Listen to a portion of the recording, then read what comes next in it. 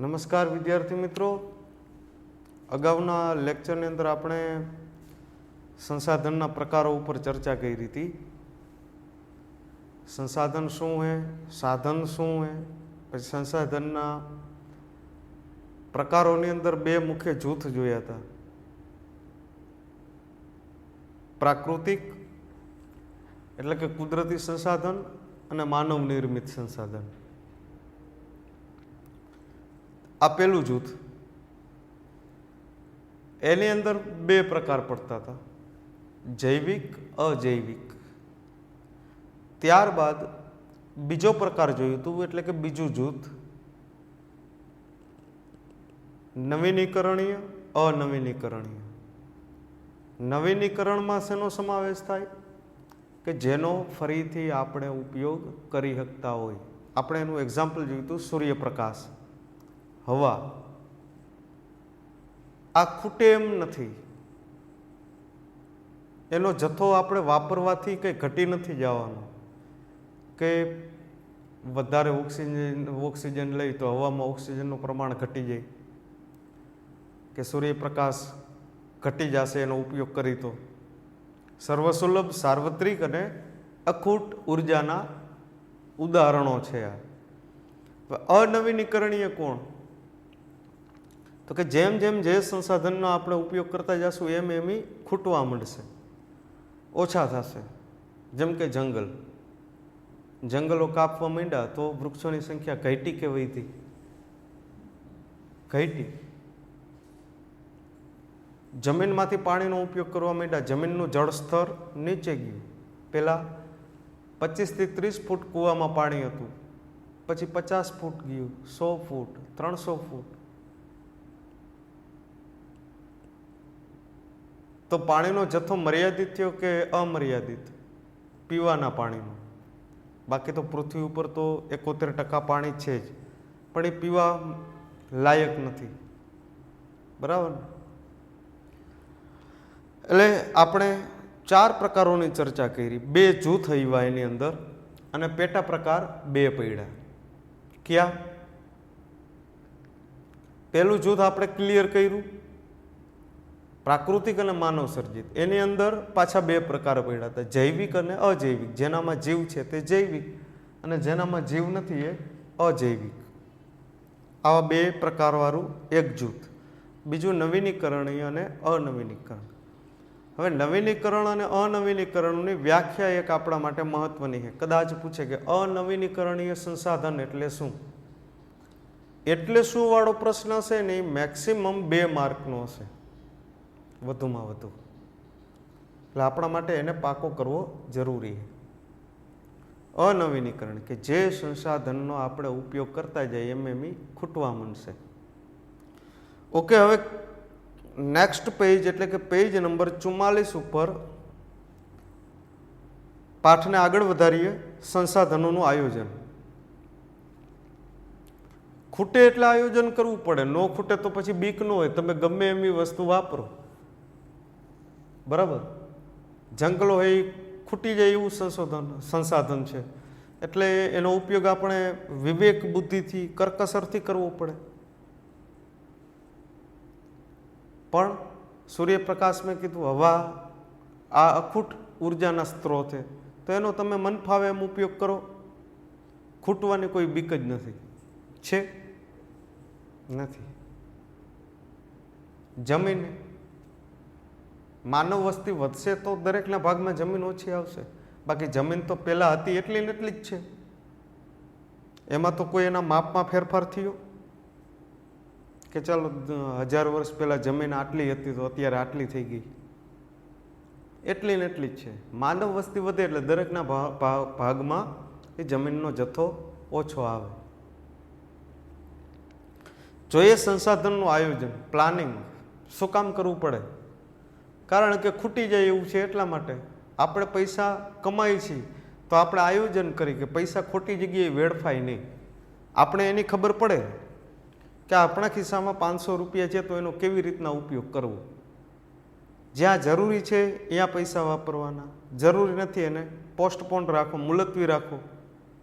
જો પૈસા વધશે તો પછી મોજ શોખ ને આનંદ માટે એ પૈસા વાપરશું. બરાબર. તો પૈસા માટે આપણે આવું પ્લાનિંગ કરીએ છીએ તો સંસાધન માટે આવું પ્લાનિંગ આપણે કરવું પડે. નહીતર શું થશે કે સંપોષિત વિકાસનો ખ્યાલ છે ને આયા તૂટી જશે. સંપોષિત વિકાસ શું કહીએ કે આદિમાનવ જે રીતે જે વસ્તુનો ઉપયોગ કરતો એવો જ આપણે કરી શકીએ, અને આપણે જે વસ્તુ અત્યારે વાપરી એવું જ આપણે ભવિષ્યની પેઢી માટે મૂકતા જઈએ. જળ, જમીન, હવા, આબોહવા, પર્યાવરણના તમામ ઘટકો. પણ આવું શક્ય નથી. એના માટે એક મસ્ત ઉદાહરણ છે કે દાદાએ પાણીને જમીન ઉપર જોયું, એના છોકરાએ પાણીને કૂવામાં જોયું, એના છોકરાએ પાણીને કુંડીમાં જોયું, એના છોકરાએ પાણીને ગ્લાસમાં જોયું. બધે એક જ તત્વ હોય પાણી. પણ પહેલાં પાણી કેટલું હતું, પછી એના સંતાન જ્યારે સમજવા લાયક થયા, યોગ્ય ઉંમર થઈ ત્યારે પાણી કેટલું થયું, પછી કેટલું થયું, પછી કેટલું થયું. એટલે પાણીનો મર્યાદિત પુરવઠો સૂચવે કે આજથી 100 વર્ષ પહેલાં ભારતમાં વૃક્ષોની સંખ્યા કેટલી હતી, પ્રાણીઓ કેટલા હતા, કેટલા પ્રાણીઓ નામશેષ થયા, કેટલા લુપ્ત થઈ ગયા, કેટલા વિનાશના આરે છે. તો પ્રાણીઓની સંખ્યા ઘટે છે કે વધે? જો પ્રાણીઓ મુક્ત રીતે બધાએ મળી શકતા હોય તો આપણે કાંઈ પ્રાણી સંગ્રહાલયમાં પ્રાણીઓને જોવા ન જવા પડે છે. અનવીનીકરણીય. એટલા માટે આપણે સંસાધનનો યુઝ કરવો પડે. બરાબર ને? જોઈ પોઈન્ટ શું કહીએ, આપણે સૌ જાણીએ છીએ કે સંસાધનો મર્યાદિત છે, પણ કયા સંસાધનો? આપણા દેશમાં એનું વિતરણ અસમાન છે. નાનકડી લીટી ઘણું બધું કહી જાય છે. સંસાધનનું વિતરણ અસમાન છે એટલે શું? તો કે દેશના બધા રાજ્યોમાં બધા સરખે સરખા સંસાધનો મળતા નથી. જેમ કે એશિયાટિક લાયન, તો આખા એશિયામાં, ભારતમાં, ગુજરાતમાં, અને ગુજરાતમાં ગીર પ્રદેશમાં જ છે. તો આ સંસાધન થયા. ઓકે. તો ગીરનું જંગલ સંસાધન બન્યું. હા. રણ પ્રદેશ, કચ્છ અને રાજસ્થાન સંસાધન છે. હા. તો બધા રાજ્યોમાં રણ નથી. 1600 કિલોમીટર સમુદ્ર કિનારો ગુજરાતને મળ્યો, તો ભારતના બધા રાજ્યોને 1600 કિલોમીટર દરિયાઈ સંપત્તિ નથી મળી છે. ક્યાંક ઊંચા ઊંચા પર્વતો છે, તો બધા રાજ્યોમાં ઊંચા પર્વતો નથી.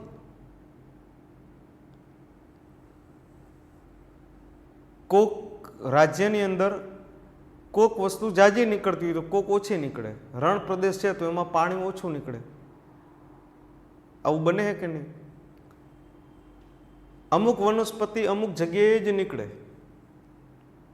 તો હિમાલયમાં બરફ છે તો ભારતના બધા ભાગોની અંદર બરફ નથી. તો વિતરણ અસમાન છે. મધ્યપ્રદેશમાં જેટલા વૃક્ષો છે એટલા રાજસ્થાનમાં નહીં મળે, એટલા બિહારમાં નહીં મળે. મોટી નદીઓ બિહારમાં અને યુપીમાં છે એટલી પાછી ગુજરાતને નહીં મળે. 12માસી નદીઓ જે હરિદ્વારમાં છે એટલી પાછી મહારાષ્ટ્રને નહીં મળે. એટલે આ જે કુદરતી સંપત્તિઓ છે એ ક્યારેય એનું વિતરણ સમાન હોય જ ન શકે. ભારત દેશની એકની વાત નથી, વિશ્વના કોઈ પણ દેશમાં તમે જોઈ લો, સૌથી વધારે સોનું કયા દેશમાંથી નીકળે? તો કે સાઉથ આફ્રિકામાંથી. સાઉથ આફ્રિકામાં કિમ્બર્લીની ખાણમાંથી જ નીકળે. અને આપણે ખાલી કોલારની ખાણમાંથી નીકળે. કર્ણાટક રાજ્ય, તો કર્ણાટક રાજ્યની જમીન અને ગુજરાતની જમીન સમાન નથી. ગુજરાતની જમીન અને પંજાબની જમીન સમાન નથી. ચા અસમની અંદર થાય તો ગુજરાતમાં નથી થતી. બરાબર. દ્રાક્ષ મહારાષ્ટ્રમાં થાય તો બીજા રાજ્યમાં નથી થતી. સફરજન શિમલા, જમ્મુ, હિમાચલ પ્રદેશમાં થાય તો બીજા રાજ્યમાં નથી મળતા. તો આ સંપદાઓ જેટલી છે એનું વિતરણ ક્યારેય સમાન હોઈ શકે નહીં. તેથી સંસાધનના વિકાસ માટે આયોજન જરૂરી છે. આયોજન શું કામ કરવું પડે? તો કે જે વસ્તુ મળે એમાં વધારો કરો. જેમ કે રુદ્રાક્ષના વૃક્ષ? તો કે હિમાલય અને નેપાળમાં થાય. તો એમાં હાઇબ્રિડ બિયારણ લાવીને નિત નવા સંશોધન કરી અને ભારતના મોટાભાગના વિસ્તારોમાં ઉગે એવું આયોજન કરવું, જેથી ભવિષ્યની આવનારી પેઢી રુદ્રાક્ષના વૃક્ષને ઓળખી શકે, જોઈ શકે. તો એના માટે પ્લાનિંગ કરવું પડશે ને, આયોજન. એના 3 તબક્કા પાઠ્યપુસ્તકમાં વર્ણવેલા છે. જોઈએ. કરીને આપ્યું એ સંસાધનના અન્વેષણોની તૈયારી. સરસ શબ્દ મૂક્યો હોય, અન્વેષણ. અન્વેષણ એટલે હું 2 શબ્દ નીકળે, સંશોધન અથવા શોધખોળ. ઘણી વખત વસ્તુ એવી હોય કે હોય આપણી પાસે પણ આપણે ખબર ના હોય. ઘણા વૃક્ષો એવા હોય કે એનો શું ઉપયોગ એની આપણે ખબર ના હોય. સંપત્તિ આપણી પાસે પડી હોય પણ એનો મલ્ટી યુઝ આપણે ખબર ન હોય, જેને આપણે બહુહેતુક ઉપયોગ કહીએ. કે સંપત્તિઓ પડી છે પણ એનો ઉપયોગ કેવી રીતના કરવો, મેક્સિમમ યુઝ કેવી રીતના કરવો. એટલે પેલું છે અન્વેષણની તૈયારી, એટલે કે શોધખોળ કરો. તો ભારતમાં આવી સંસ્થાઓ કાર્યરત છે. જેમ આપણે જમીનમાં પાણી શોધવા માટે સૌ પોતપોતાની રીતે અખતરાઓ કરતા હોય, કેટલાય હાથમાં નાળિયેર ફેરવે, કેટલાય હરિયા ફેરવે. સંસાધન છે એ તો ખબર જ છે, પણ શોધવાનું છે કે કઈ જગ્યાએ છે ને કેટલે છે અને કેટલા પ્રમાણમાં છે. બરાબર ને? સંસાધનો તો છે પણ કઈ જગ્યાએ છે એ શોધો.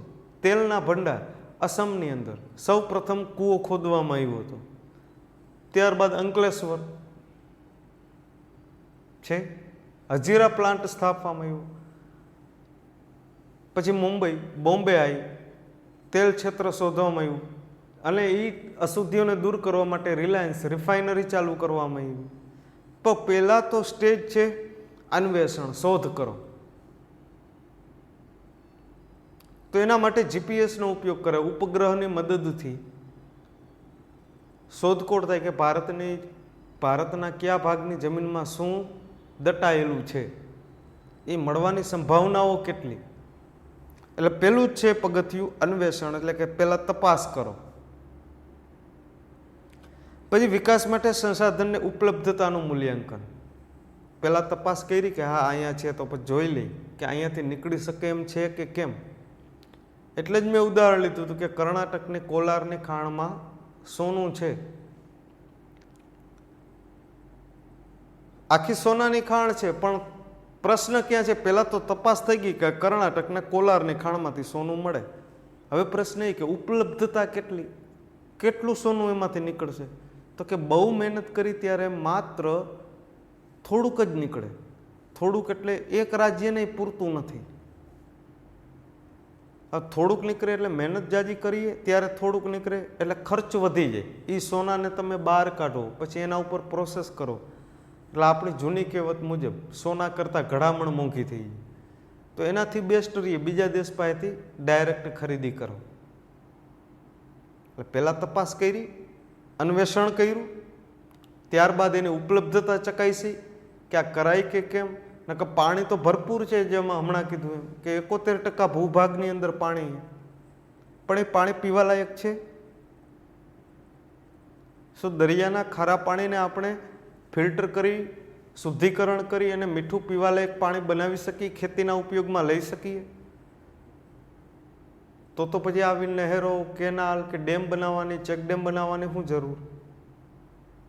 ઉપલબ્ધતા જોઈએ. સંસાધન છે પણ એનો ઉપયોગ કરી શકાય એમ છે કે કેમ. પછી છેલ્લું અને અંતિમ પગથિયું છે લાસ્ટ, ક સંસાધનના વપરાશનું આયોજન. કાઢી લીધા પછીની વાત છે. પહેલા તબક્કામાં સંસાધનનું સર્વેક્ષણ, નકશા નિર્માણ, લાક્ષણિકતાનું માપન, સંસાધનની વિશિષ્ટતાઓનો સમાવેશ થાય. બીજામાં મૂલ્યાંકન કરવાનું કીધું, ઉપલબ્ધતાનું મૂલ્યાંકન કે કેટલું મળી શકશે અને કેવું મળશે, જેમ કીધું હતું, કેટલું અને કેવું બેય જોવું પડે. ત્રીજા તબક્કામાં ક્રિયાલક્ષી આયોજન, એટલે કે મળીએ ગેમ છે, હા તો એના ઉપર કામ ચાલુ કરો અને એને ઉપયોગમાં લઈ શકાય એવી રીતના કાર્ય આગળ વધારો. પછી ભૂમિ, જંગલ, વન્યજીવ, જળ અને ખનિજ દેશના મહત્વના સંસાધન છે. એ તો આપણે પાઠની શરૂઆતથી જ જોતા આવીએ છીએ, એટલે એમાં કોઈ શંકાને સ્થાન નથી. ભૂમિ સંસાધનનો સદુપયોગ કૃષિ પ્રવૃત્તિ ઉપર નિર્ભર જમીન. આમાં જુઓ, પેલા તપાસ કરો કે ખેતીલાયક જમીન કેટલી, પડતર જમીનની ઉપલબ્ધતા છે તો પડતર જમીનને ખેતીલાયક બનાવી શકાય. તો ખેડૂતોને વધારે જમીન આપો એટલે વધારે પ્રમાણમાં ખેતી થશે, તો વધુ ઉત્પાદન મળશે. આખરે લાભ તો દેશને જ છે ને. વધારે ઉત્પાદન થશે તો વધારે નિકાસ થશે, વધારે નિકાસ થશે તો વિદેશી ઊંડિયામણ વધારે આવશે, તો અર્થતંત્રને જ ફાયદો છે. આપણે પર્વતો ઘણા છે તો પર્વત ઉપર ખેતી શક્ય છે ના. ખીણ પ્રદેશો ઘણા છે, દલદલ પ્રદેશ છે, રણભૂમિ છે, તો ત્યાં ખેતી કરી શકાશે ના. જમીન સંસાધન છે પણ એ સંસાધનની ઉપલબ્ધતા જોવી પડે. આગળ કીધું કે આ સિવાય પરિવહન, સંચાર, વ્યાપાર વગેરે સંસાધનના વિકાસ માટે એક માળખું પૂરું પાડે. જમીનનો બહુહેતુક ઉપયોગ આપ્યો. જમીન ઉપર ખાલી ખેતી જ થઈ શકે ના, માનવ વસવાટે કરી શકે. શહેર બને જમીન ઉપર, ખેતી થાય જમીન ઉપર, સડક બને જમીન ઉપર, ડેમ બને જમીન ઉપર, પ્લેન ઉડે આકાશમાં, પણ ઉડવા માટે એને જરૂર પડે, ઉતરવા માટે જરૂર પડે જમીનની. એરપોર્ટ તો કે જમીન ઉપર છે. એટલે ઉપલબ્ધિતા અને એની ક્રિયાશીલતા, કે એનો ઉપયોગ વાસ્તવિકતામાં કરી શકાય એમ છે કે કેમ. એટલે દેશના આર્થિક વિકાસનો આધાર કેટલાક સંસાધનની સમૃદ્ધિ, વિકાસ અને એના વ્યવસ્થાપન ઉપર રહેલો હોય. એટલે જ કે કોઈ પણ કુદરત તરફથી મળેલી સંપત્તિનો વિવેકપૂર્ણ કરકસરથી ઉપયોગ કરો, એનો બગાડ નહીં. કારણ કે એ વસ્તુ એવી છે કે આજે આપણી પાસે છે, આવનારી આપણી જ પેઢી એને જોઈ શકશે નહીં, અથવા આપણી પાસે જેટલી છે એટલી એની પાસે નહીં રહે, ક્રમશઃ ઘટાડો થશે. આગળ કે વસ્તીના વધતા દબાણથી સંસાધનનું અતિશોષણ અને મહત્તમ ઉપયોગ થયો. બરાબર છે. માનવ છે એ ઈશ્વરની રચનામાં વિક્ષેપ નાખે. વિક્ષેપ એટલે દખલગીરી કરે, જે છે એવું નથી રહેવા દેતું, એમાં બગાડે. જંગલોમાં માનવ વસ્તી વધે તો જંગલો ઉપર જોખમ વધે. હાથી, સિંહ, દીપડા, ભૂંડ, રોજ આવા પ્રાણીઓ ખેતરમાં અને માનવ વસ્તીમાં શું કામ આવે? એ એનું ઘર એટલે કે જંગલ છોડીને અહીંયા આવવાની શું જરૂર? તો કે જંગલોનો આપણે નાશ કર્યો એટલા માટે. એટલે આખું ડિસ્ટર્બન્સ ઊભું થઈ ગયું. નહીતર એ પ્રાણીઓ આપણી પાસે આવવા રાજી નથી છે. એટલે પ્રદૂષણ થયું.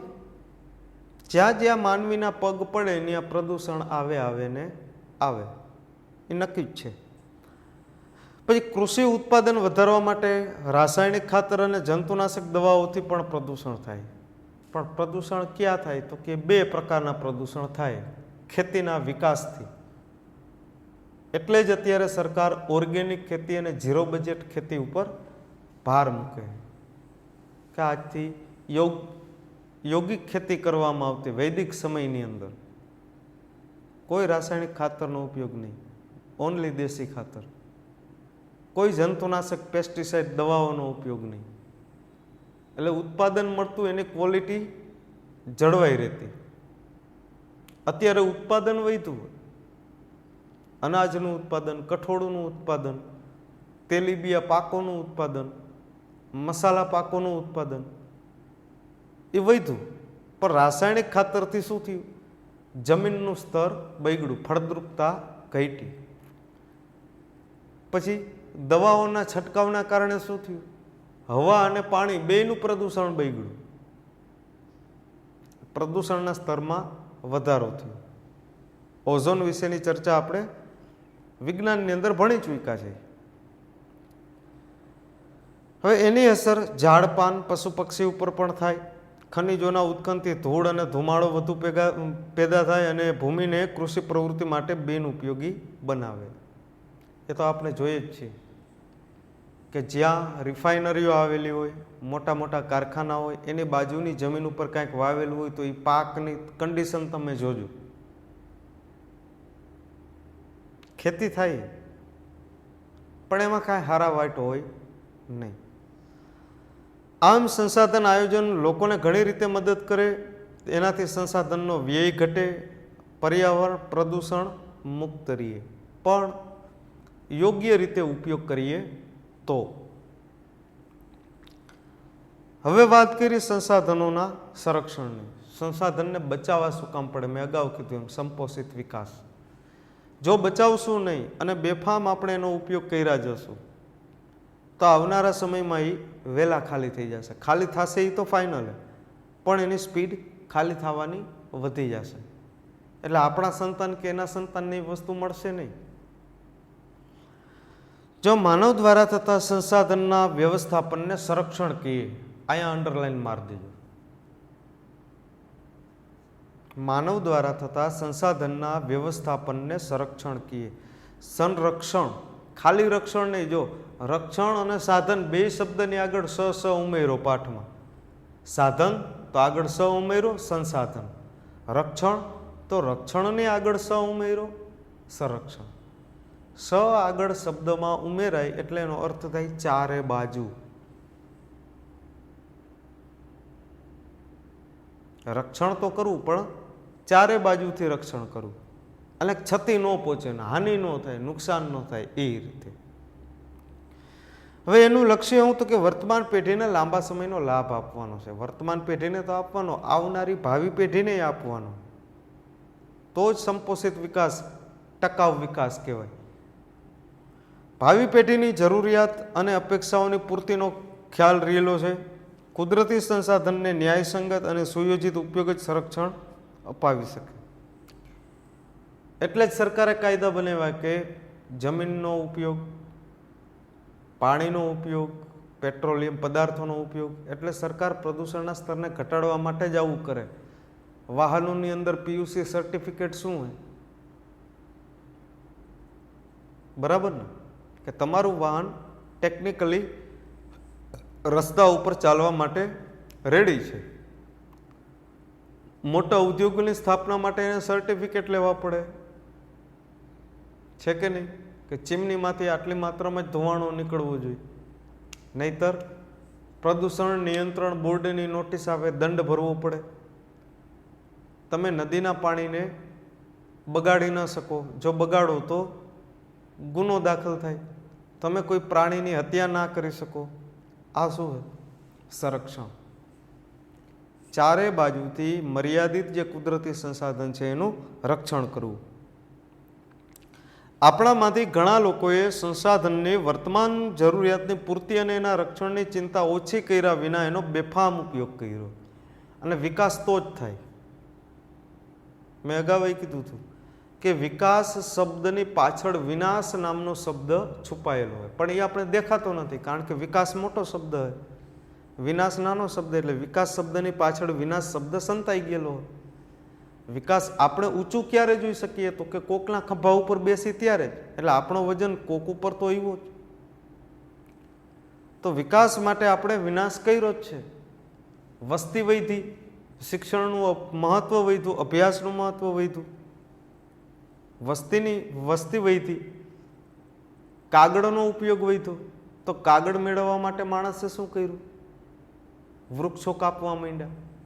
વસ્તી વધી, જમીન એટલી ને એટલી છે, જમીન ઘટવા માંડી વસ્તી વધારાના પરિણામે. બાકી જમીનનો જથ્થો કયો પુરવઠો કયો સમાન છે, એમાં વધઘટ ના થાય પ્રમાણમાં. તો આ વધારાની જમીન લેવા માટે જંગલો કાપ્યા, વૃક્ષોનું નિકંદન કાઢી નાખ્યું, પર્વતો કોતરીને એમાંથી રસ્તા કાઢ્યા છે કે નહીં, નદીઓ ઉપર પુલ બનાવ્યા. તો આ વિકાસ છે, વિકાસની પાછળ વિનાશ પણ છે. એટલે છતાં એના કેટલાક અપવાદ છે. કેટલાક સંગઠન પોતાના અંગત પ્રયત્નથી, સરકાર તો પ્રયત્ન કરે જ છે, આવી જે મેં અગાઉ કીધું હતું કે એનજીઓ સંસ્થાઓ પણ છે જે પ્રકૃતિને બચાવવા માટેના કાર્યો કરે. અંગત પ્રયત્નથી પશુ પક્ષી અને વૃક્ષોની સુરક્ષા કરે. રાજસ્થાન બિશ્નોઈ જાતિ આપણે જોઈ કે હરણોને બચાવવા માટેના કાર્યો કરે છે કે નહીં? એ વૃક્ષોને કાપવા નથી દેતા. જેમાં રાજસ્થાનની બિશ્નોઈ જાતિના લોકો વૃક્ષો અને પ્રાણીઓના રક્ષણ માટે કેટલાક નિયમોનું પાલન કરે. એ વૃક્ષો કાપો એટલે તમને સજા થાય. એ જંગલોમાં રહેલા એક પણ પ્રાણીને મારો એટલે તમને સજા થાય. એટલે આ વાક્યમાં અંડરલાઈન મારી દેજો. રાજસ્થાનની બિશ્નોઈ જાતિ. ચિપકો આંદોલન આપણે જોયું હતું કે વૃક્ષને કાપવા માટે જ્યારે આવ્યા ત્યારે બિશ્નોઈ જાતિના લોકો વૃક્ષને બથ ભરી અને ચોંટી રહ્યા હતા કે એક પણ વૃક્ષ કાપવા નહીં દે. ઓકે, ત્યારબાદ આગળની ચર્ચા કરશું.